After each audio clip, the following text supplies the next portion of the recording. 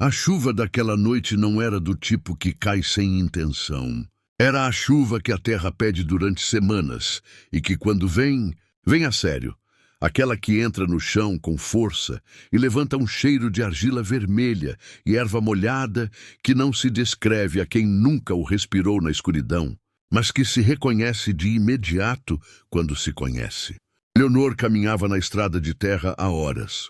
A certa altura, deixou de contar o tempo e começou a contar os passos. E depois, deixou de contar também os passos, porque o corpo seguia sozinho, por conta própria, como se tivesse feito um acordo com a estrada sem a consultar.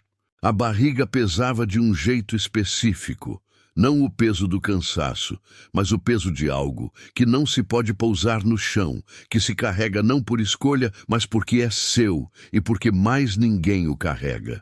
7 meses. Ela sabia isso com precisão, não porque contava as semanas, mas porque o corpo lembrava-lhe todos os dias, por dentro, a sua maneira silenciosa.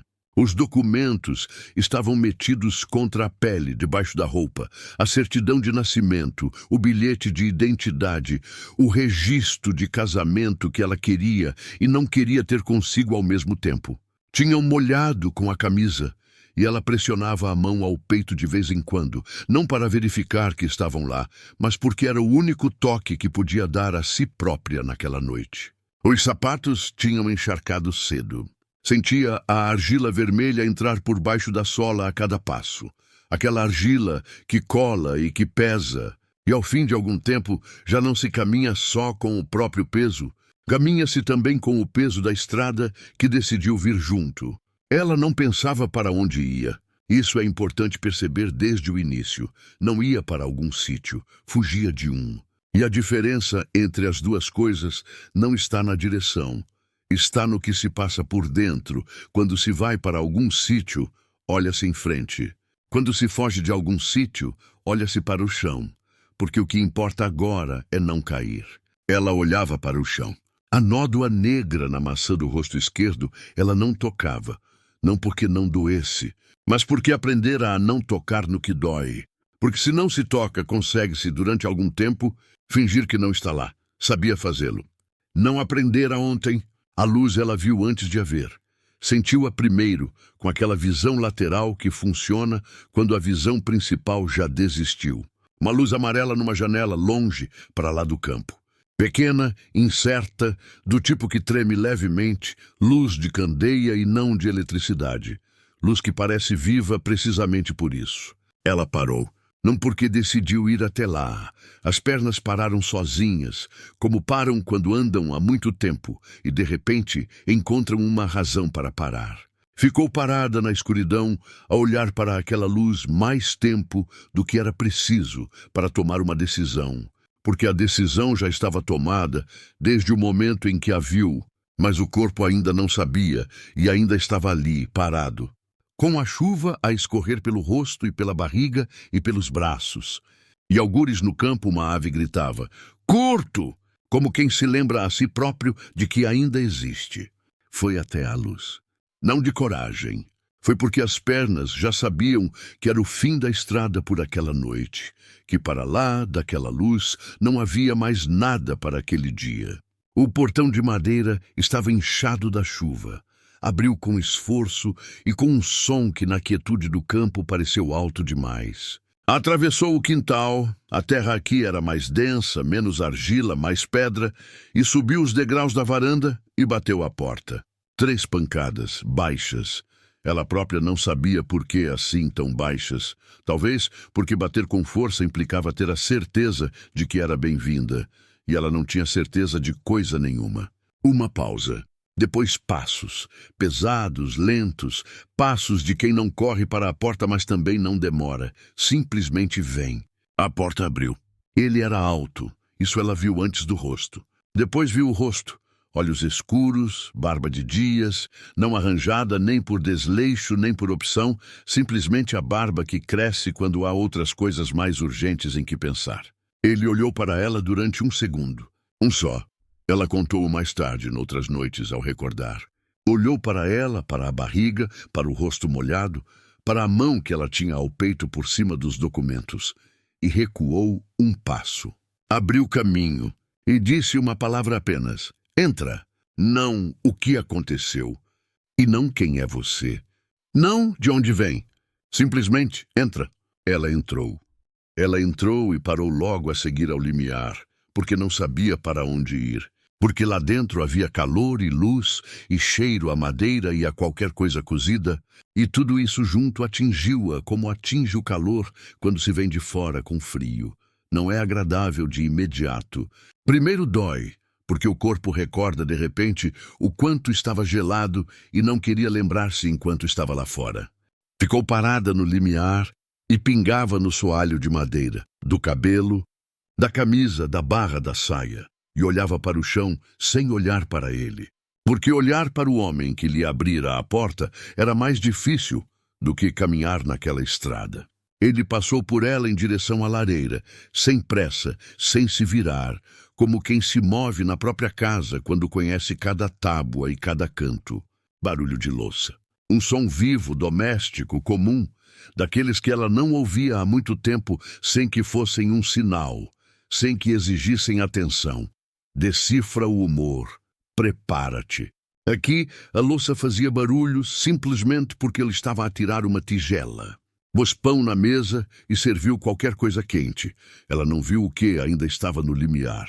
E disse sem se virar: senta. Não com rispidez. Não como ordem. Como se diz algo óbvio que não precisa de explicação. Ela sentou-se.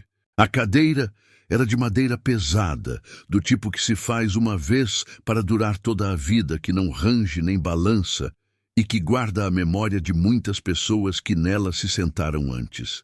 Ela pôs as mãos sobre a mesa, molhadas, sujas, com argila vermelha debaixo das unhas, e olhou para elas como se as visse pela primeira vez. Depois olhou para a comida. Feijão simples, sem mais nada, com um pedaço de pão ao lado. Ela não comia desde manhã cedo. Sabia-o, mas não o pensara enquanto não viu a comida, porque há coisas que o corpo adia quando não é à altura, e a fome era uma dessas coisas. Comeu devagar. Ele saiu, voltou com uma toalha, pousou-a ao lado dela na mesa e voltou a sentar-se. Não a olhava enquanto ela comia. Olhava para a janela. Lá fora era escuro e havia chuva no vidro, e calava-se com aquele silêncio que não pesa, que simplesmente existe como existem as paredes e o teto, como parte do espaço e não como pausa entre palavras. Ela acabou de comer e levantou a cabeça, e ele ainda olhava para a janela. Ela não sabia o que dizer. Não porque não soubesse falar, mas porque todas as palavras que conhecia para aquela situação eram palavras erradas. Obrigada era pouco. Explicar era demasiado. Ela não o conhecia. Ele não a conhecia. E ainda assim ela estava sentada à mesa dele a comer a comida dele, com a barriga do filho a encostar na beira da mesa, e a chuva lá fora. E era isso. Era tudo o que havia. Ele levantou-se, pegou na candeia, fez-lhe sinal com a cabeça. Vem, ela foi. Levou-a por um corredor curto, abriu uma porta para um quarto pequeno, cama, cobertor, janela com cortina corrida. Pousou a candeia no parapeito. Olhou para ela, brevemente, sem expressão que ela soubesse ler, simplesmente olhou e saiu. Fechou a porta. Ela ficou sozinha. Ficou no meio daquele quarto pequeno e ouvia-o afastar-se pelo corredor e a porta dele a ranger ao fundo. E depois o silêncio. Só a chuva e só a candeia. Pousou a mão na barriga, com a palma aberta, devagar, e o bebê mexeu-se, fraco, como se mexem quando estão a adormecer, e ela sentiu aquele movimento por dentro e fechou os olhos. Não chorou. Havia muito que não chorava de tristeza. Mas de outra coisa, de não haver nada a temer naquele momento, pela primeira vez em muito tempo, isso apertou-lhe a garganta e ficou lá durante uma boa parte da noite. De manhã, ela acordou antes da luz. Era um hábito construído não por amor às manhãs, mas por necessidade. De madrugada, enquanto ele dormia, havia margem. Havia tempo para fazer antes de o dia começar e trazer o que trazia. Ficou deitada a ouvir a casa. A casa estava quieta, com aquela quietude em que se ouve a madeira a estalar com o frio da noite e um animal a mexer-se no curral lá fora e o vento a tocar nas portadas do lado onde não fechavam bem. A chuva tinha parado. Ela percebeu antes de abrir os olhos, pelo modo como o ar tinha mudado, mais seco, mais frio, mais aberto. Levantou-se com cuidado. A barriga de manhã, cedo, lembrava sempre a sua presença. Aquele peso que com cada semana se tornava mais preciso, mais presente, como se o bebê fosse decidindo aos poucos quanto espaço precisava e decidindo sempre que precisava um pouco mais. Vestiu-se, olhou para si. A saia estava seca, mas amarrotada, com as nódoas de argila vermelha desbotadas, mas visíveis. A camisa também. Passou a mão pelo cabelo. Áspero, emaranhado do secado à noite. Não trouxera nada consigo. Nem pente, nem roupa, nem lenço. Saíra daquela casa com o que tinha no corpo e com os documentos e com o que havia dentro de si, e mais nada.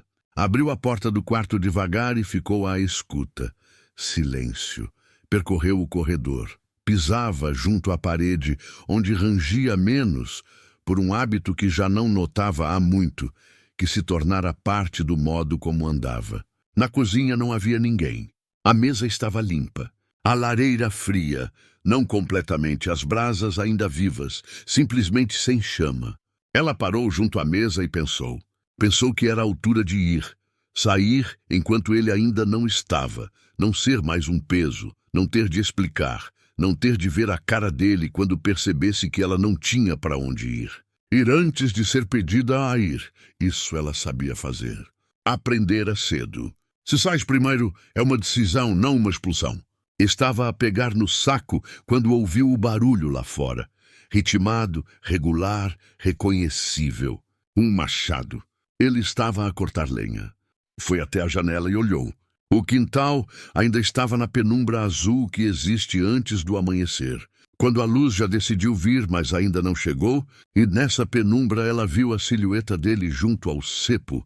Levantava o machado, descia, empurrava o lenho para o lado, pegava no seguinte, sem camisa, naquele frio, naquela escuridão, sem camisa, com o bafo a formar-se no ar, à frente da boca.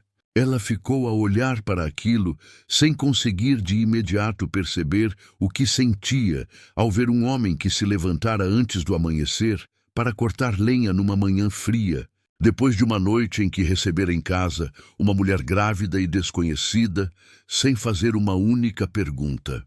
Depois percebeu. Não sabia o que fazer com aquilo. Com alguém que simplesmente faz. Não fala, não explica, não espera reconhecimento. Levanta-se e corta lenha porque a manhã é fria e a lenha faz falta. Afastou-se da janela e acendeu a lareira. Era algo que ela sabia fazer bem, melhor do que muitas outras coisas, porque o fogo acendia-o desde criança e o fogo nunca mudava de regras conforme o humor de ninguém. Encontrou farinha. Encontrou sal. Quando ele entrou meia hora depois, com um braço de lenha, com as mãos vermelhas do frio, havia pão no forno. Não pronto ainda, mas o cheiro já estava. Ele parou no limiar. Olhou para a mesa. Olhou para ela. Ela olhava para a lareira. Ele entrou, arrumou a lenha junto à parede, lavou as mãos, sentou-se. Ela pôs à frente dele uma caneca com água quente. Não havia mais nada, só a água e o pão que ainda precisava de tempo. Ele pegou na caneca com as duas mãos, aquecia as palmas e disse para nenhum lugar em especial. A chuva parou. Ela disse. Parou. Era a primeira conversa deles. O nome dela ela disse ao terceiro dia. Não porque ele tivesse perguntado, mas porque 3 dias na casa de alguém, sem dizer o próprio nome, começou a pesar, como pesa qualquer coisa que se deve e se adia. Disse. Chamo-me Leonor. Ele levantou a cabeça do que fazia. Estava a remendar uma correia de cabedal sentado na varanda e disse, Tomás, e baixou a cabeça outra vez. Ela esperou que houvesse mais. Que ele perguntasse de onde vinha, ou para onde ia, ou quem era o pai do bebê, ou por que razão estava sozinha de noite na estrada. Não houve nada disso, Tomás, e silêncio. E o som do couro e da ferramenta. Ela ficou ali mais um momento e depois foi para dentro. E enquanto ia, pensava que não sabia o que fazer com um homem que não faz perguntas. A vida inteira as perguntas tinham sido armas. Onde estavas? Com quem? Por que razão demoraste? O que significa esse silêncio? O que quer dizer esse olhar? Ela habituara-se a justificar-se antes de ser acusada, a explicar antes de ser perguntada, porque se explicasse primeiro, deixava menos espaço para interpretação. Aqui não havia nada a interpretar. Ele não interpretava.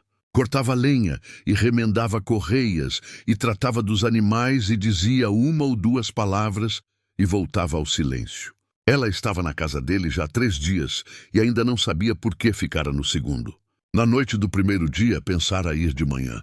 Na manhã do segundo, depois das lenhas e do pão, decidira ficar mais um dia, só um, porque os pés ainda doíam e porque para onde ir ela continuava sem saber.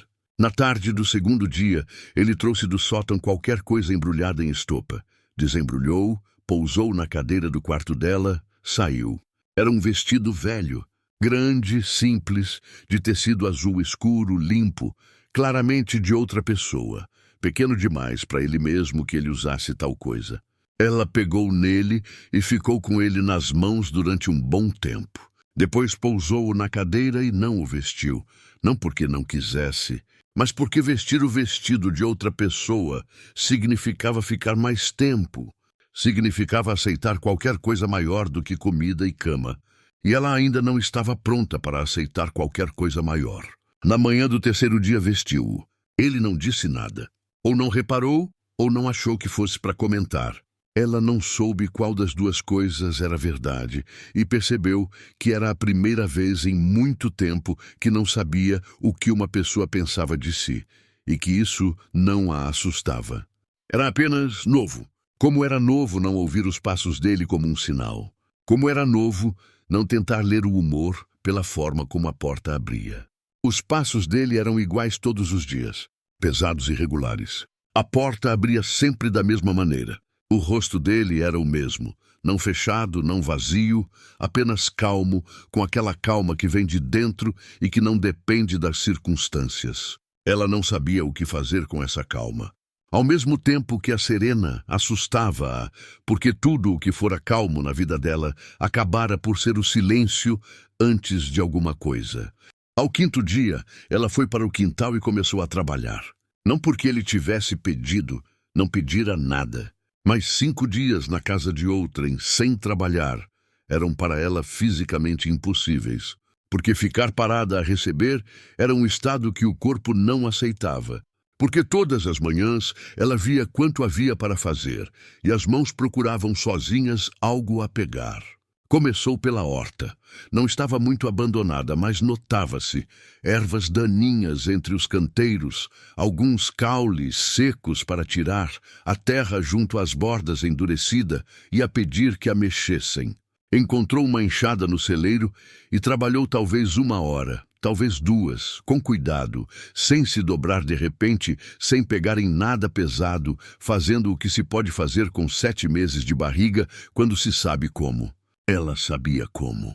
Trabalhara com a barriga muito antes de ela ser visível por fora. Tomás viu-a do canto do celeiro. Ela sentiu o olhar, virou-se. Ele estava ali com 2 baldes na mão a olhar. Não a mandou parar. Não disse cuidado. Nem vai descansar.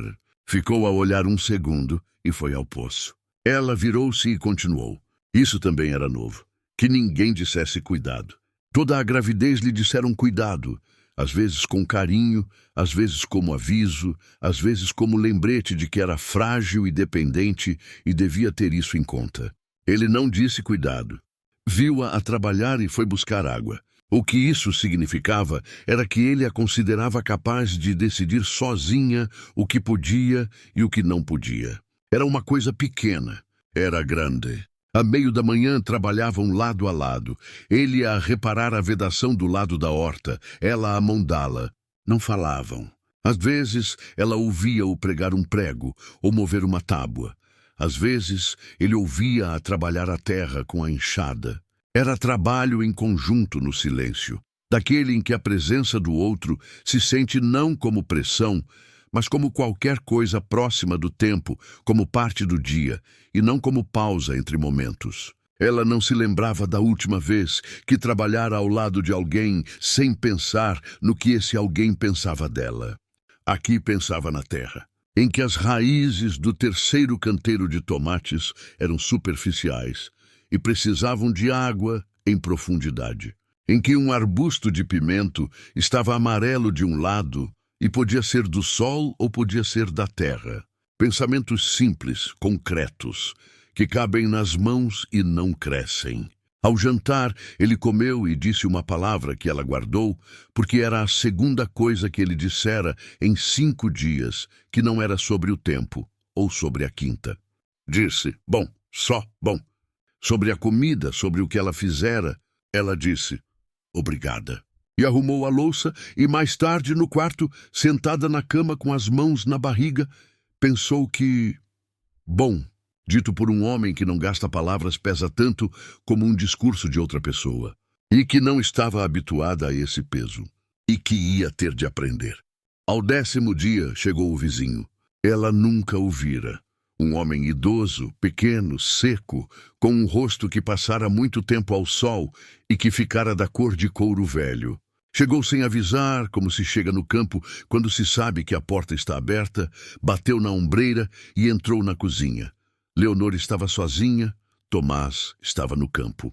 O homem parou, olhou para ela, para a barriga, para o vestido que não era dela, para o modo como estava à frente do fogão alheio como se fosse o seu. Leonor endireitou-se e olhou para ele com aquela calma que sabia pôr quando precisava de não mostrar que por dentro não estava calma. O Tomás está? Disse ele. No campo. Disse ela. Ele ficou. Não foi embora. Ficou a olhá-la com aquele olhar de quem quer perceber o que tem à sua frente. Filha? Perguntou por fim. E nessa pergunta estava tudo o que não perguntara diretamente. Quem és? De onde vens? O que fazes aqui? Há quanto tempo? Com autorização de quem? Ela disse, não. E nada mais. Ele ficou mais um pouco. Disse que voltava mais tarde e foi. Ela ouviu-o atravessar o quintal e pensou que ia ao campo falar com Tomás, e que Tomás explicaria qualquer coisa. Ou não explicaria, ou voltaria, e lhe diria que aquilo estava a criar incômodo e que talvez fosse altura. Ela pensou nisso e lavou a louça e esperou. Tomás voltou 1 hora depois. Sentou-se e bebeu água. Ela estava junto à janela.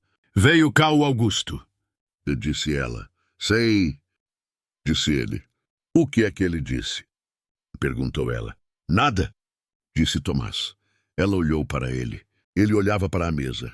Ela quis perguntar o que Augusto dissera no campo, porque nada, não era a verdade completa, ela sentia-o. Mas não perguntou, porque ele não lhe mentia e nada significava nada que te diga respeito, ou de nada que mude o que quer que seja. E ela percebeu que já sabia ler o silêncio dele melhor do que pensava. A aldeia falou. Ela sabia sem ter de ouvir, porque aldeias falam sempre quando aparece algo que não existia antes. Uma mulher grávida em casa de um homem sozinho era algo que não existia antes. Ela não saía da quinta. Não havia razão nem para onde, mas quando semanas depois Tomás trouxe as compras da aldeia, ela viu numa coisa pequena, em nada, que algo tinha sido dito. Ele pôs os sacos na mesa e ela desfez-os e encontrou no fundo um embrulho pequeno. Uma camisa de bebé branca nova, sem nota. Ficou a segurá-la nas mãos sem perceber logo de quem vinha. Foste tu que compraste? Me perguntou. Ele olhou para a camisa. Fui, disse. Ela pousou a camisa na mesa e alisou-a com a palma da mão, sem vincos direita uma vez e outra vez, e não disse nada. Às vezes o silêncio não é ausência. Às vezes é a única medida certa para o que se sente. Havia uma noite. Ela estava nas 36 semanas e o bebê estava mal deitado e ela não encontrava posição para adormecer, em que se levantou e foi à cozinha e encontrou-o lá. Ele estava sentado à mesa com uma caneca e olhava para a escuridão da janela. Ela parou no limiar. Ele não se surpreendeu. Fez um sinal para a cadeira em frente. Ela sentou-se. Ele levantou-se, pôs água ao lume, serviu-a também. Ficaram sentados no silêncio. Um silêncio diferente do silêncio do dia, mais macio, noturno, daquele em que se pode falar se quiser e não falar se não se quiser, e ambas as coisas são igualmente certas. Ela disse, sem planejar, simplesmente porque era noite e porque estava cansada de carregar. Ele não sabe onde estou. Tomás olhou para ela. Não perguntou quem. Sabia quem. Bem, disse ele. Curto definitivo, como se diz de coisas que estão resolvidas. Ela ficou a olhá-lo. Não vais perguntar por que fui embora? Ele pensou um momento. Não, disse. Foste. Chega. Ela olhou para ele durante um bom tempo. Para o rosto cansado e calmo, para as mãos em volta da caneca, para o modo como estava sentado, direito, sem nada a aprovar. Não tenho para onde ir, disse ela. Não era pergunta. Não era pedido. Era apenas o fato que carregava desde aquela noite na estrada e que nunca dissera em voz alta. Ele assentiu. Sei, disse. Uma pausa. Fica. Uma palavra. A mesma que entra. Na primeira noite, sem condições, sem enquanto. Ou se, simplesmente, fica. Ela fechou os olhos. O bebê mexeu-se por dentro. Forte, claro, como se tivesse ouvido. Ela abriu os olhos e olhou para a janela onde havia escuridão e nada mais além de escuridão. Não me conheces, disse ela. Não, concordou ele. E não acrescentou nada. Porque não era objeção, era apenas a verdade, e a verdade não precisa de adendas. Ela acabou a água, levantou-se. Boa noite, e disse. Boa noite, respondeu ele. Ela foi para o quarto e deitou-se, e olhou para o teto, e pensou que ficar, dito sem condições, era a coisa mais estranha que alguém lhe dissera na vida, e que não sabia o que fazer com isso, e que talvez não fosse preciso fazer nada. Talvez pudesse simplesmente ficar. O parto começou 3 semanas antes do tempo. Ela percebeu de manhã, cedo, antes de se levantar, pelo modo como o corpo mudou, por aquela precisão que acontece quando o que era abstrato deixa de o ser. Levantou-se, vestiu-se, foi à cozinha. Tomás já estava a acender a lareira. Olhou para ela.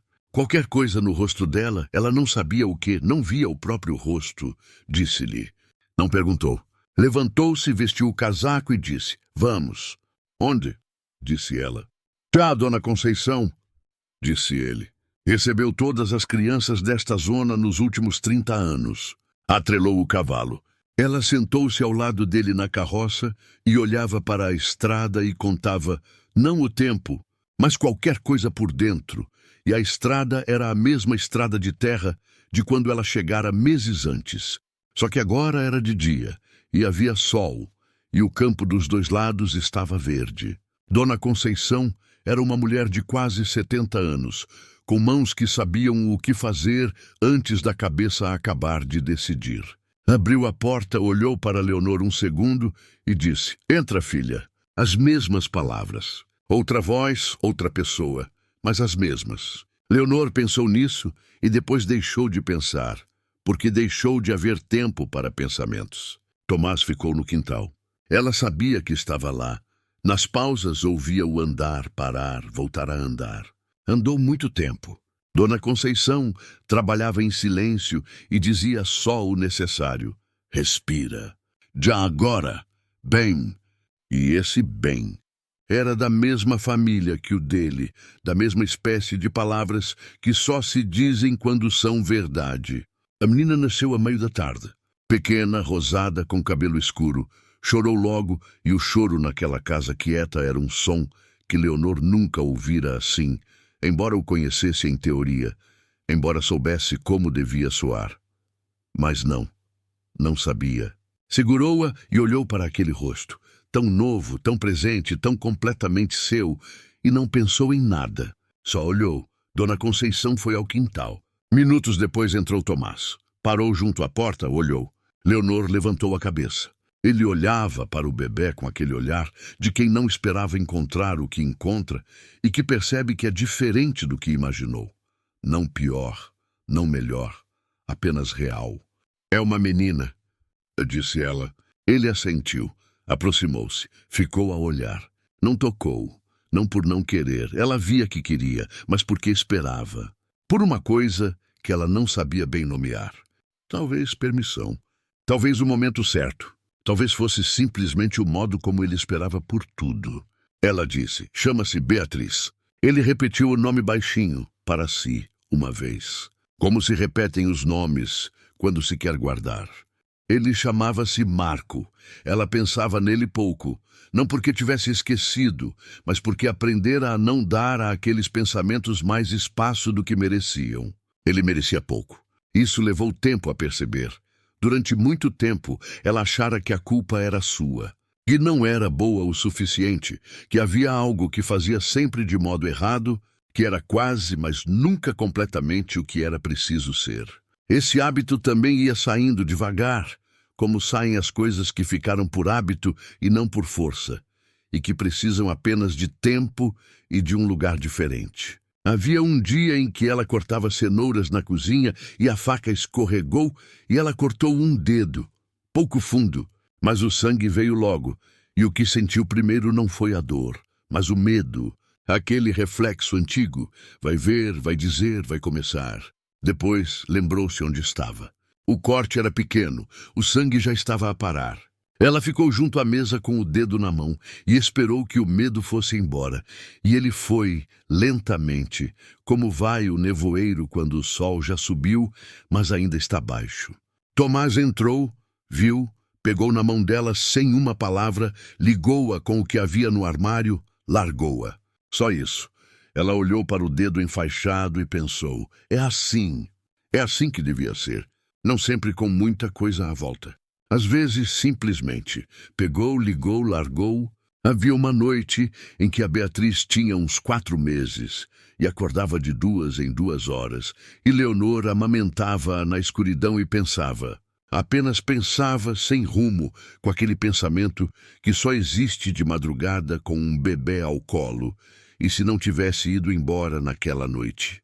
E se tivesse ficado? E se a chuva tivesse começado mais tarde ou mais cedo e ela estivesse noutro sítio quando a estrada tomara aquela direção? Pensou nisso e percebeu que não conseguia imaginar-se lá, naquela casa, com aquele homem, com a mesma clareza com que conseguia imaginar a manhã dali a pouco, o cheiro desta cozinha, o som dos passos dele, a Beatriz nos braços. O passado tornara-se abstrato. O presente era concreto. Era a resposta, não a que se diz em voz alta, mas a que se sabe porque se vive dentro dela. O bilhete chegou numa quarta-feira.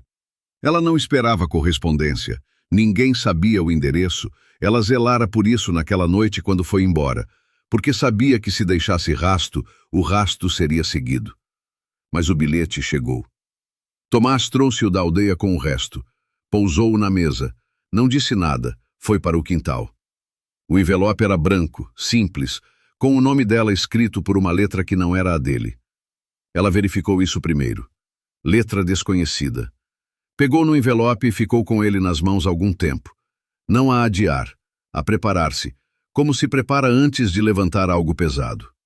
Abriu. Era uma folha. Escrevera uma vizinha. Ela percebeu pelo tom, pelas palavras. A velha do outro lado da rua que às vezes a olhara com aquela expressão que era pena, mas pena que respeita, não pena que diminui. Escrevia que o Marco fora embora, vendera a casa, partira para o norte, diziam que para sempre. Que perguntara por ela, mas ninguém dissera nada.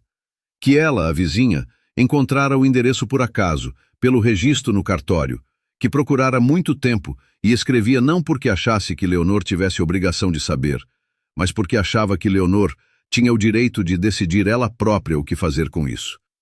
No fim, espero que estejas bem, filha. Pela voz não parecia que estavas. Espero que agora seja diferente. Leonor leu o bilhete 2 vezes. Dobrou-o, pousou-o na mesa.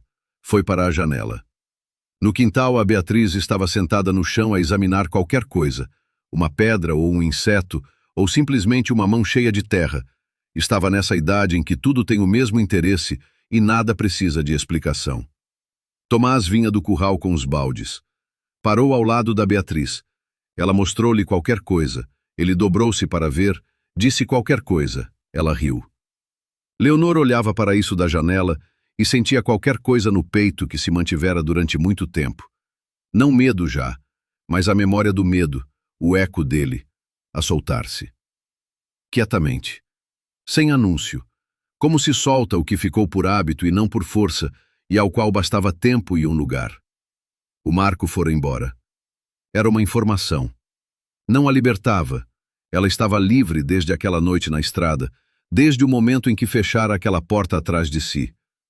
Mas era um ponto final. O fim de um parágrafo. Ela apanhou o bilhete, dobrou-o mais uma vez e foi para o quintal. Tomás já vinha para dentro. Cruzaram-se nos degraus da varanda. Ela a sair, ele a entrar. E ela disse, sem parar: "Há um bilhete na mesa. Podes ler se quiseres." Ele parou. Olhou para ela. "Queres que eu leia?" perguntou. "Quero", disse ela. Foi ter com a Beatriz. Levantou-a do chão. A pequena protestou. Ainda não tinha acabado de ver o que estava a ver. E ela segurou a filha ao colo e olhou para o campo e esperou. Ele saiu passado algum tempo. Ficou ao lado dela. Não tinha o bilhete na mão. Deixara-o dentro. Ficaram a olhar para o campo. Aquele campo de verão que já era o campo dela, familiar, seu, com a pereira no canto que ela conhecia desde o outono, quando começara a trabalhar ali. "Ele foi embora", disse ela. "Sim", disse ele. Uma pausa. "Bem", acrescentou com o mesmo tom de sempre, curto, definitivo, como quem fecha uma gaveta. A Beatriz escorregou-lhe dos braços e foi a pé para o seu inseto. Eles ficaram a vê-la ir, pequena, séria, com aquele andar de crianças que ainda não se habituaram ao comprimento das próprias pernas. Leonor sentiu a mão dele tocar a sua. Não pegar, apenas tocar, um segundo, e afastar-se. Era a primeira vez. Em todos aqueles meses, a primeira vez que o toque não era prático, não era por alguma razão concreta. Ela não se virou. Ele não repetiu. Mas acontecera, e ambos sabiam que acontecera, e não era preciso mais nada. O quarto ano foi o ano em que tudo se tornou habitual. Não no sentido de aborrecido, mas no sentido de real. Daquele real que não precisa de se anunciar, porque simplesmente existe, todos os dias, nas coisas iguais e nas diferentes ao mesmo tempo. A Beatriz falava já por frases inteiras e fazia perguntas com a insistência dos 3 anos. Não porque não soubesse as respostas, mas porque queria ouvir como os outros respondiam. Perguntava sobre tudo: o céu, as vacas, por que é que a enxada tem aquela forma, para onde vai o sol, por que é que o Tomás não fala como os outros. A última pergunta apoiou Leonor ao fogão. Ela virou-se. Como? Como os outros? Muito, disse a Beatriz. Os outros falam muito, ele fala pouco. Leonor pensou. Porque quando se fala pouco, cada palavra tem peso, disse ela. A Beatriz considerou isso com a seriedade que era a sua característica principal, herdada, não ensinada, daquelas que aparecem sozinhas. Como tu, disse ela por fim. Leonor olhou para ela. Sim, disse, como eu. Era uma conversa simples. Ela pensou nela durante dias, não porque tivesse algo de especial, mas porque tinha tudo de comum, e o comum era bom. A filha via-a. Via-a com precisão. Isso era algo que ela não planeara. Que uma criança crescesse e a visse como ela queria ser, e não como fora forçada a ser. Que a Beatriz crescesse a pensar que era assim, que as palavras pesam, que o silêncio pode ser cheio, que um homem que chega e fica não é fraqueza nem acidente, mas escolha. Que se pode ir embora do que mata e chegar ao que dá vida, e que isso não é uma história de sorte, é uma história do que se faz quando se chegou ao limite. Havia um fim de tarde de outono em que ela quis dizer-lhe uma coisa. Não tudo, não a biografia, não a explicação, não o relatório. Uma coisa. Uma coisa concreta que era verdade e que ele merecia ouvir. Escolheu a noite. Uma noite comum. Depois do jantar, a Beatriz já dormia. Estavam sentados na varanda como estavam às vezes quando a noite era quieta e o ar era aquele ar de outono, fresco e levemente amargo de folhas. Ela disse: "Eu não sabia que isto existia." Ele olhou para ela. "O quê?" "Isto", disse ela. "Estar assim, quieta." Ele ficou em silêncio um momento. Depois disse: "Eu também não sabia." Ela olhou para ele. "Tu também?" "Habituei-me a estar sozinho", disse ele. "Achei que era para ficar assim." Uma pausa. Ainda bem que não ficou. Ela ficou a olhá-lo. O perfil, a escuridão, o modo como estava sentado. Depois olhou para o que ele olhava. O campo, o escuro, a pereira no limite que agora era só uma sombra. "Sim", disse ela. "Ainda bem." Ficaram mais tempo em silêncio. A Beatriz dormia lá dentro. O campo estava escuro e quieto, e algures longe uma ave chamava, curto, como quem se lembra a si próprio de que está ali. E tudo estava como deve estar quando finalmente fica como deve estar. Sem anúncio, sem música, apenas a varanda e a noite, e duas pessoas que aprenderam a calar-se do mesmo modo. Aquela estrada na chuva ficara para trás. A nódoa negra desaparecera nas primeiras semanas. Primeiro amarelecera, depois a pele voltara ao que era, oliveira clara, sem marca. Os documentos que ela carregara contra a pele naquela noite estavam agora numa gaveta. A certidão de nascimento, o bilhete de identidade, e junto deles o título da terra, o registro do talhão para lá do rio, tudo com o nome dela. O nome dela estava no papel. Os pés dela conheciam aquela terra. A filha dela conhecia aquele céu. A candeia na janela ela acendia todas as noites. Às vezes ele, às vezes ela.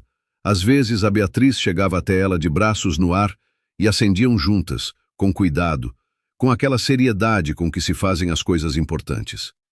Talvez ele a acendesse sempre, todas as noites, todos aqueles anos sozinho. Simplesmente por hábito, simplesmente porque a escuridão lá fora se aguenta melhor quando há luz cá dentro.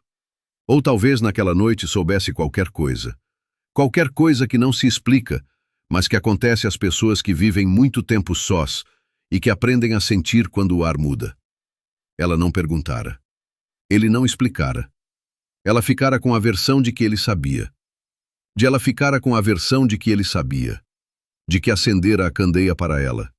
De que a luz na janela naquela noite de chuva não fora acaso, mas qualquer coisa parecida com uma resposta a uma pergunta que ela ainda não tinha feito. Era a versão dela.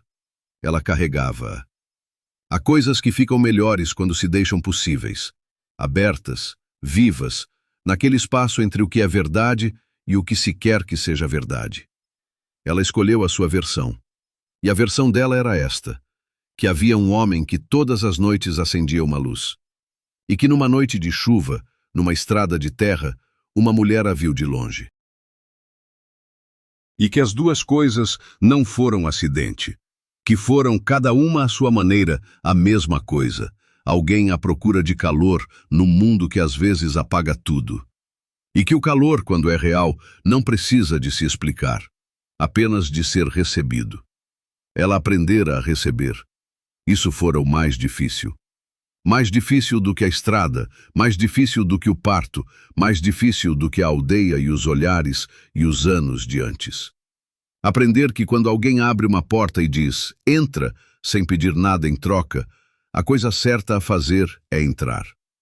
Sem esperar a armadilha, sem calcular o preço, sem fugir antes de ser pedida a ir.